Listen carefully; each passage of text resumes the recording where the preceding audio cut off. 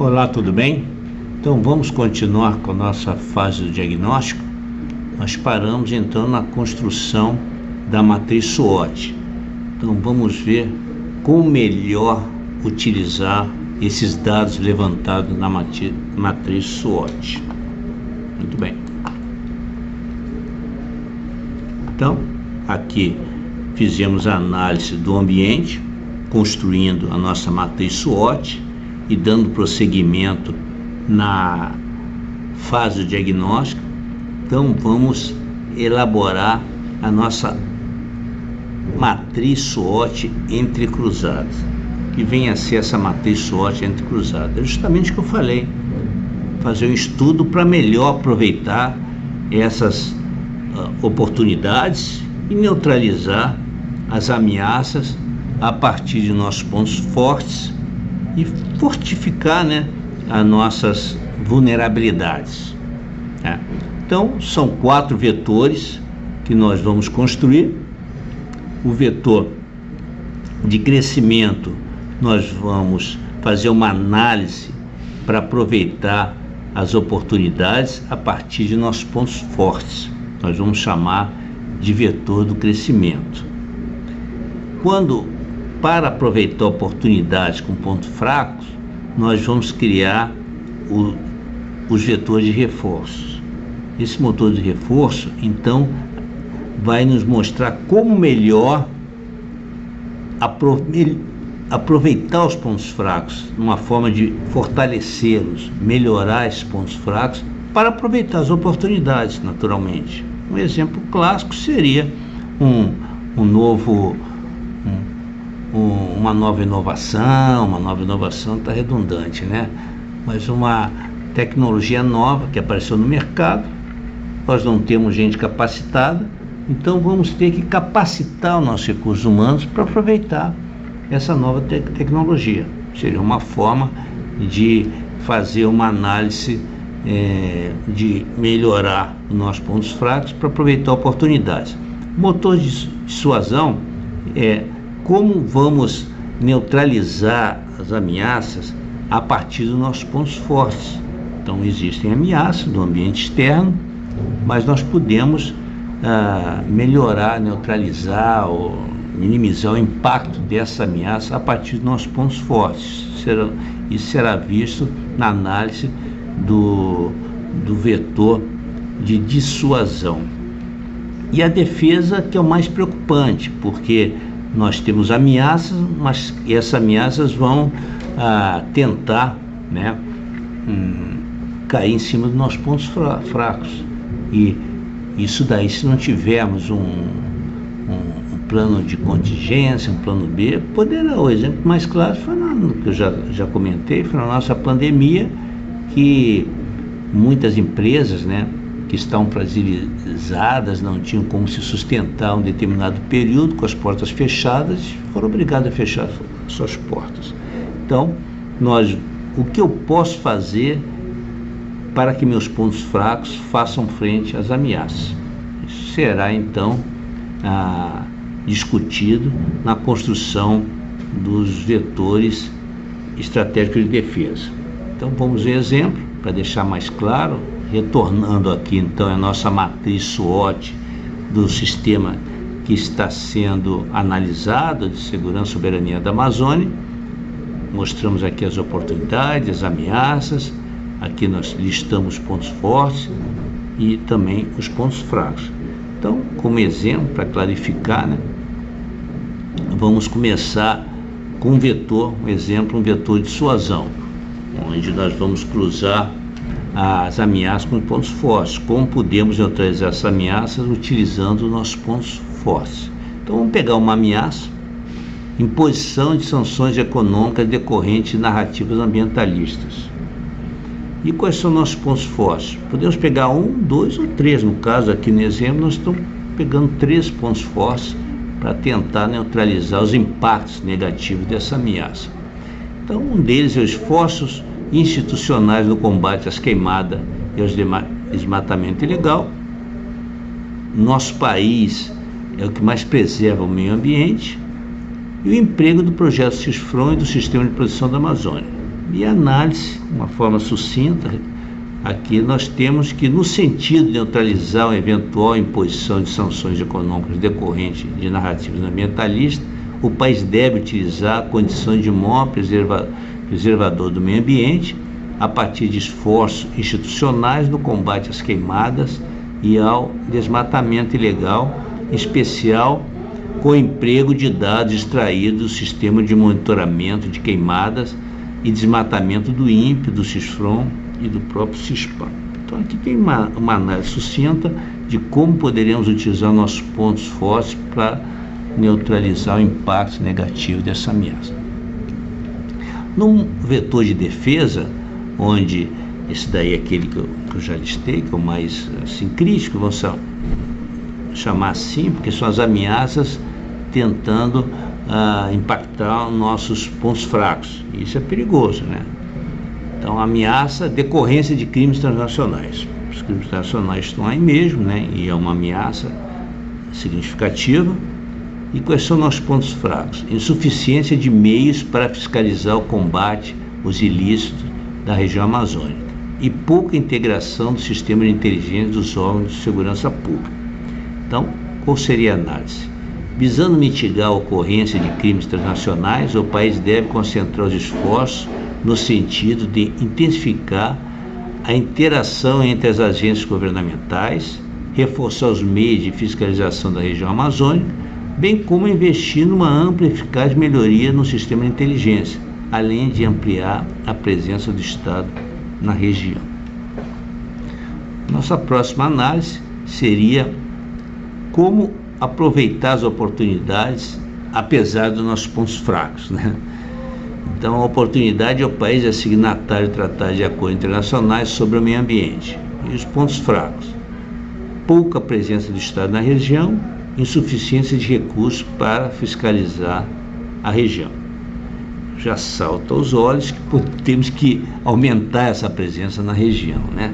Então, a análise seria: o país deve se valer do fato de ser signatário de tratados e acordos internacionais sobre o meio ambiente, bem como a sua participação em fóruns mundiais da região, a fim de buscar parcerias e soluções visando mitigar a insuficiência de meios, sejam eles instrumentos legais, recursos humanos ou materiais, por parte do Estado brasileiro, com o objetivo de fiscalizar a região no intuito de conter os crimes transfronteiriços e ambientais. Deve também propor políticas públicas visando aumentar a densidade demográfica e a presença do Estado na região amazônica. Então, seria como reforçar então esses pontos fracos para aproveitar essa oportunidade. E, finalmente, o vetor de crescimento, que vamos aproveitar oportunidades a partir dos nossos pontos fortes. A oportunidade seria melhorar a credibilidade com relação à preservação do meio ambiente, e o nosso ponto forte, no caso 1 com 1 aqui, né? País que mais preserva o meio ambiente. Então, a condição de país que mais preserva o meio ambiente deve ser aproveitada para melhorar as suas relações internacionais, sua credibilidade no contexto global, incrementar o turismo, aumentar a atratividade dos produtos nacionais e atrair o interesse de novos investidores, visando proporcionar um desenvolvimento nacional. Então, aqui são exemplos, né, bastante sucintos, bastante acadêmicos, de 4 vetores elaborados a partir daquelas variáveis externas e com as nossas variáveis internas. Como podemos aproveitá-los ou neutralizá-los, o seu impacto das ameaças, no caso. Partimos então para outro estágio, que seria a análise de risco das ameaças. Então, existe uma série de ameaças e vamos priorizar aonde aquelas mais críticas. Muitas vezes os recursos não estão disponíveis, principalmente recursos financeiros, então temos que priorizar, neutralizar aquelas mais impactantes, que são aquelas mais críticas. Isso nós veremos nessa análise de risco das ameaças. Então, existe uma série de propostas de análise de risco. Aqui nós vamos simplificar no estudo das probabilidades e do grau de impacto, a estimativa de impacto dessas ameaças. Então, apenas essas duas variáveis, né? Vamos criar uma tabela aqui com uma escala de probabilidade que vai daquela quase certo de acontecer, vai de 90% a quase 100%, vamos dizer assim, que teria então um maior valor 5, e aquela rara, dificilmente vai acontecer, que vai de 0 a 10%. A gente não pode dizer 0 e nem 100%, porque não existe o impossível, né? Mas aquela que é rara de acontecer, então terá um valor 1, e assim dentro de uma escala de probabilidade aqui. No caso aqui nós usamos 5 valores. O grupo, se quiser, poderá chegar a explodir mais em 10 valores, de 1 a 10, enfim. Isso daí fica por conta do grupo de estudo.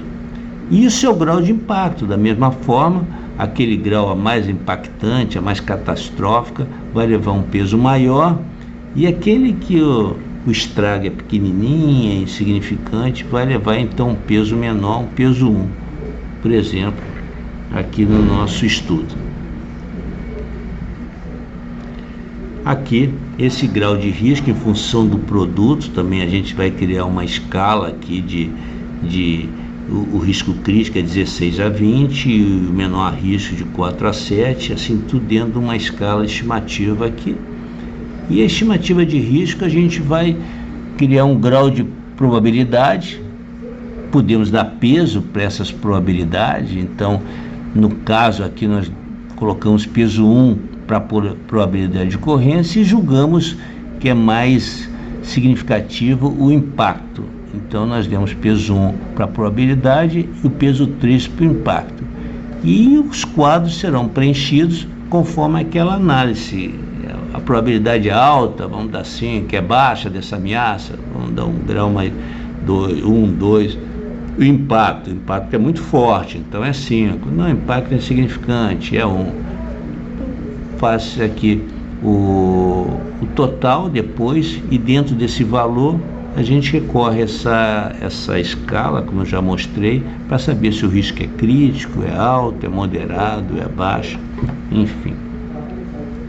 Aqui temos o exemplo, né, que nós já estamos utilizando as nossas ameaças. Estamos aqui 5 daquelas ameaças já mostradas, né, e com suas probabilidade de ocorrência de crimes transnacionais. Deve acontecer, o grupo achou que é muito alto, o impacto também não é baixo, é 4, então é crítico, tá?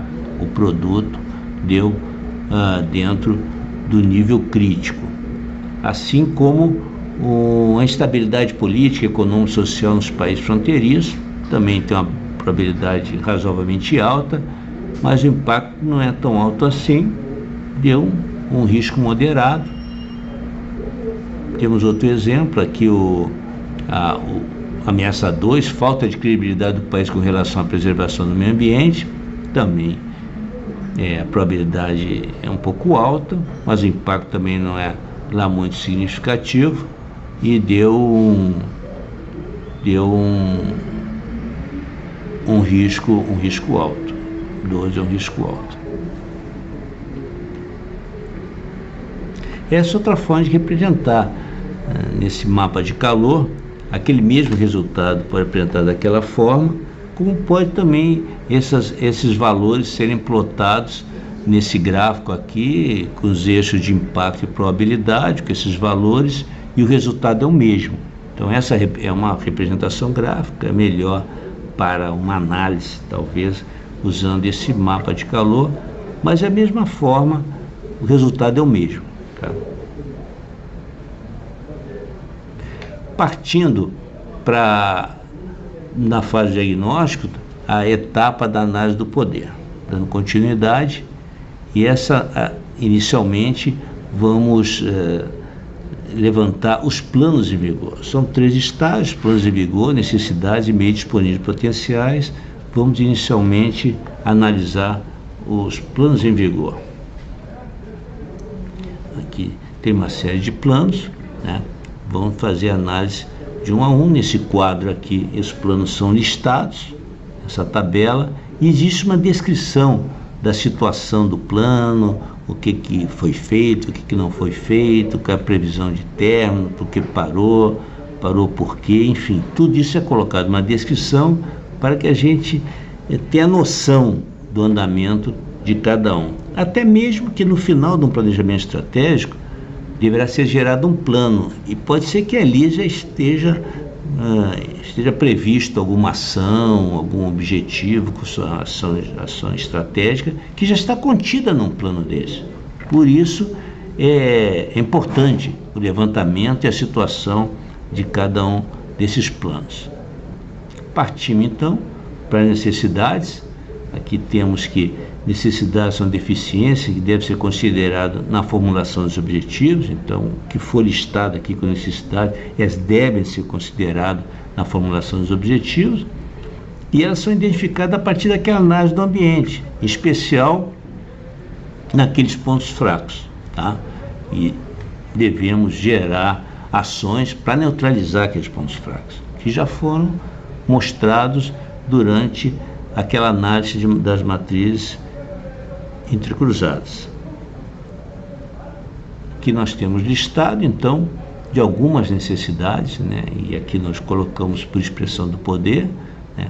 Algumas necessidades para fins didáticos, naturalmente, que existem outras tantas necessidades nesse estudo sobre a soberania e segurança da região amazônica, mas algumas já estão listadas nesse quadro aqui, como melhorar a capacidade de mobilização da região, reforçar a cooperação e inteligência com estados situados no entorno estratégico, criar mecanismos de integração logística terrestre, recuperação da infraestrutura de transporte, enfim, aqui tem uma série de necessidades listadas e extraídas a partir daquela análise do ambiente.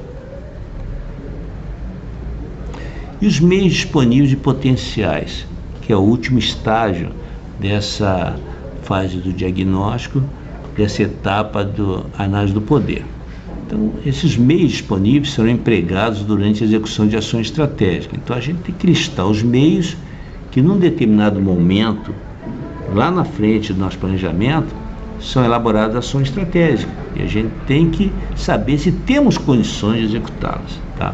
Em especial na fase do teste de execuibilidade, que nós veremos lá na fase estratégica. E ressalto que os meios potenciais devem estar diretamente relacionados ao horizonte temporal estabelecido, porque o meio é potencial, então eu tenho potencial de adquirir determinado meio, mas não tenho tempo, então não adianta, tá? Se eu preciso que aquela ação seja executada durante 10 anos e eu tenho potencial para daqui a 20 anos conseguir construir, por exemplo, um satélite geoestacionário, não adianta, porque eu não tenho tempo suficiente para adquirir esse meio. Ele é potencial, mas o tempo não permite, tá? Que ele se concretize. E assim, temos aqui, para finalizar, uma tabela listados alguns meios disponíveis que nós temos justamente para serem aplicados na execução de ações estratégicas nesse estudo da nossa soberania, da nossa região amazônica, né? Sistema de controle de desmatamento operado em especial pelo INPE, chamado DETER, esse sistema, né? O nosso satélite geoestacionário, que permite melhorar as comunicações, em especial as comunicações militares, banda larga, enfim, nas regiões mais longínquas. Centro Gestor de Operações do Sistema de Proteção do Amazonas, CENSIPAM, Operação Acolhida, que visa a integração social dos refugiados com os habitantes locais. Enfim, aqui tem uma série de meios, presença permanente das Forças Armadas, ou existem um meio, ou são potenciais, tá? E aqui estão listados alguns, assim como necessidade, existem muitos outros meios. Aqui é apenas um quadro, uma apresentação, vamos dizer, acadêmica do tema que estamos analisando.